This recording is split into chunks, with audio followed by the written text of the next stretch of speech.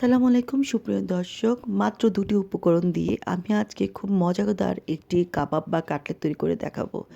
দুটো কাঁচা কলা দিয়ে এই কাটলেটগুলো তৈরি করা যাবে, একসাথে অনেকগুলো কাটলেট তৈরি হয়ে যায়। আর এটা বানানো এত সহজ আর এত মজাদার হয়েছে, সময়ে অল্প সময় নিয়েও এটা খুব সহজভাবে তৈরি হয়ে যায়। চাইলে অনেকদিন ফ্রোজেন করেও রাখা যায়, দেখতে অবিকল কাবাবের মতো, খেতে কাবাবের চেয়েও বেশি মজা। আশা করি আজকের রেসিপিটি শুরু থেকে শেষ পর্যন্ত দেখবেন। এখানে আমি দুটো কাঁচা কলা নিয়েছি, ভালো করে ধুয়ে তারপর এর সাথে আমি সিদ্ধ করব। তো আমি কাঁচা কলার সাথে আলু দিয়ে সিদ্ধ করেছি। আমি এখানে 3টে আলু দিয়েছি। আর এই আলু না দিলে অন্য কিছু দিতে হবে, না হলে বাইন্ডিংসটা ভালো হয় না, মুচমুচে হয় না। তাই আমি আলু আর কাঁচা কলা সহ একবারে সিদ্ধ করে নিয়েছি। তারপর যে ছিলকা আছে সেগুলো কিন্তু ফেলে দিবেন না। এই ছিলকাগুলো কিন্তু দিলে এটা ভিটামিন তো ভরপুর ছিলকাতে, আর এটা খেতেও টেস্টি লাগে। আমি ছিলকাগুলো আগে বেটে নিব, তারপর কাঁচা কলাগুলো বেটে নিব। এই যে এখানে 3টে আলু এভাবে আমি গ্রেটারে গ্রেট করে নিয়েছি। আর যে কাঁচা কলার ভিতরের অংশটুকু সেটাও আমি বেটে নিয়েছি, আর ছিলকাগুলোও বেটে নিয়েছি। এখন আমি আরও কিছু উপকরণ এখানে দিচ্ছি। এখানে কাঁচা পেঁয়াজ দিয়ে দিলাম কয়েকটি, দুটো পেঁয়াজ কুচি করে নিলাম, কাঁচামরিচ আপনার স্বাদ মতো দিবেন, একটু ঝাল হলেও কিন্তু টেস্ট হয়।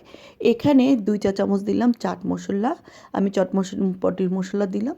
আর 1 চা চামচ দিলাম জিরা গুঁড়ি, লবণ স্বাদ মতো, আদা বাটা রসুন বাটা 1 চা চামচ করে দিলাম, চাইলে গুঁড়োও দিতে পারেন। এরপর পেঁয়াজ ভালো করে লবণের সাথে ভালো করে মিশিয়ে একটু নরম করে নিতে হবে। একটু নরম করে নিলে পরবর্তীতে মাখানোর পরে পেঁয়াজটা আর খুলে আসে না। যখন নরম হয়ে আসবে তখন আমি পুরো সবগুলো আলু কাঁচা কলার সাথে মিশিয়ে দিচ্ছি এই পেঁয়াজের মিশ্রণটা। তারপর এর সাথে দিয়ে দিলাম একটা ডিম পরিমাণ এইটুকু কাবাবের জন্য আমি একটা ডিমে দিলাম। এরপর দিয়ে দিলাম ধনে পাতা, চাইলে পুদিনা পাতাও দিতে পারেন, টেস্ট আরও ভালো হয়। এরপর আমি একটু ভালো করে এই সবগুলো মিশ্রণ একটু ভালো করে মিশিয়ে নিতে হবে হাত দিয়ে, কারণ যত বেশি মেশাবো তত বেশি এই কাবাবটা বা কাটলেটটা অনেক টেস্টি হয়। এখন আমি গোল গোল কাবাব করার আগে হাতে একটু তেল মিশিয়ে নিচ্ছি, অবশ্যই আপনারা হাতে একটু তেল মেখে নেবেন।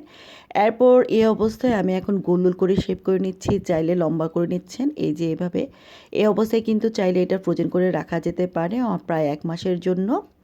এখন আমি আপনাদের দেখানোর জন্য কিছু কাবাব ভেজে নিব। সুন্দর করে কাবাবগুলো কিন্তু আমি তেলে দিয়ে দিলাম, তেলটা একটু ভালো করে গরম করে নিয়ে এরপরে একটু লোয়ের চেয়ে একটু বাড়িয়ে রাখবেন।